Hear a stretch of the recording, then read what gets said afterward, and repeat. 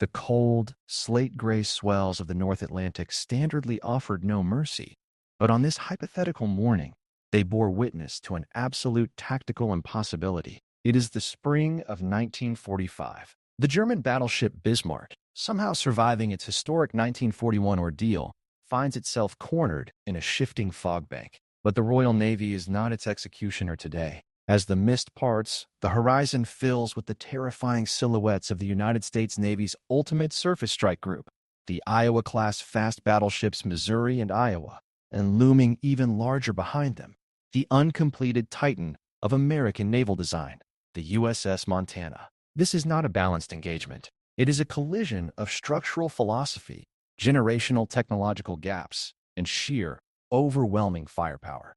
For the crew of the Bismarck, the view through the optical rangefinders is grim.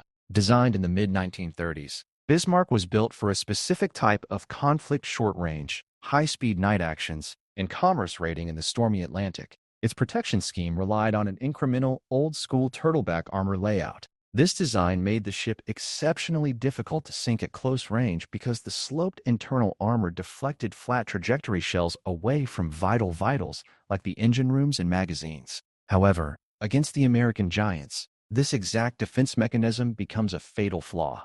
Nearly 10 miles away, the USS Montana and her Iowa-class sisters do not rely on optical eyesight. Their tracking systems are entirely digital and automated by the standards of the era. The Mark 8 fire control radars lock onto the Bismarck's steel superstructure through the dense fog, feeding constant telemetry into electromechanical analog computers. The Americans are not aiming visually. They are calculating a ballistic solution for plunging fire.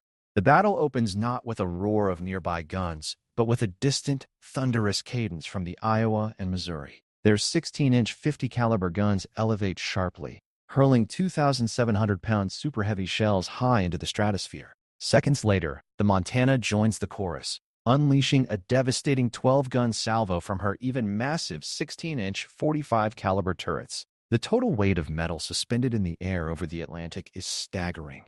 As the first salvos arrive, the structural vulnerability of the Bismarck is instantly exposed. At a range of over 24,000 yards, the American shells are not hitting the side armor of the German ship.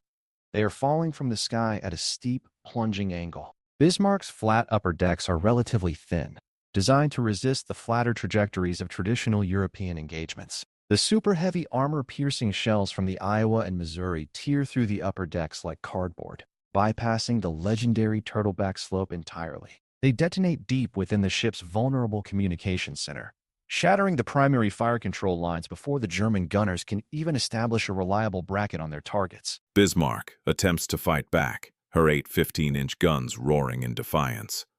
The German optical systems are legendary, and under human control, the gunners manage to fire remarkably accurate salvos toward the lead American ship, the Iowa. Several shells splash dangerously close, sending towering walls of white water over the Iowa's bow. One German 15-inch shell eventually finds its mark, striking the side of the Iowa's hull. But the generational gap in naval architecture asserts itself. The Iowa class features an internal all-or-nothing armor scheme, where only the most critical parts of the ship are heavily protected, while the rest is left completely unarmored. The German shell hits the heavy Class A steel belt and shatters upon impact, failing to penetrate the citadel. When the Bismarck transfers its fire to the oncoming USS Montana, the situation becomes even more hopeless. The Montana was designed explicitly to withstand the American super-heavy 16-inch shell.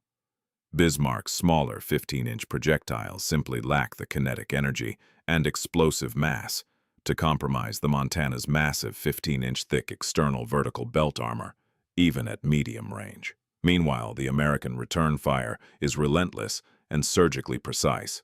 Radar-directed fire means the Iowa, Missouri, and Montana do not need to correct for smoke or water splashes visually. Every 30 seconds, 30-party heavy shells rain down across the Bismarck's length. The sheer volume of high explosives shreds the German ship's unarmored upper works. The forward radar domes are blown into the sea. The secondary dual-purpose batteries are twisted into scrap metal, and the open bridge becomes a lethal storm of jagged steel splinters. Bismarck's speed begins to drop drastically.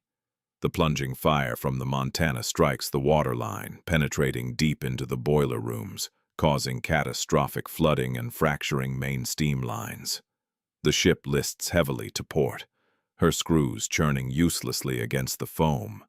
Even with legendary German damage control teams working desperately in the dark, choked by toxic smoke and rising waters, there is no stopping the structural collapse. The Iowa and Missouri close the distance to finish the action, their high speed of 33 knots allowing them to dance around the crippled German battleship. They switch to a flatter trajectory, raking the Bismarck from stem to stern. The Montana remains at a distance, methodically dismantling the remaining main battery turrets of the German ship with heavy, deliberate salvos. Turret Anton and Bruno are silenced as 16-inch shells jam their training gears and detonate inside the gunhouses. In this ultimate hypothetical clash, the Bismarck is not defeated by a lack of bravery or seamanship, but by time and technology. It was a magnificent weapon for the year 1939, but against three of the most advanced, heavily armored and radar-guided dreadnoughts ever conceived by the United States. It stands as a relic of a bygone tactical era. As the smoke clears over the Atlantic, the lone Titan slips beneath the waves, overwhelmed by a storm of American steel.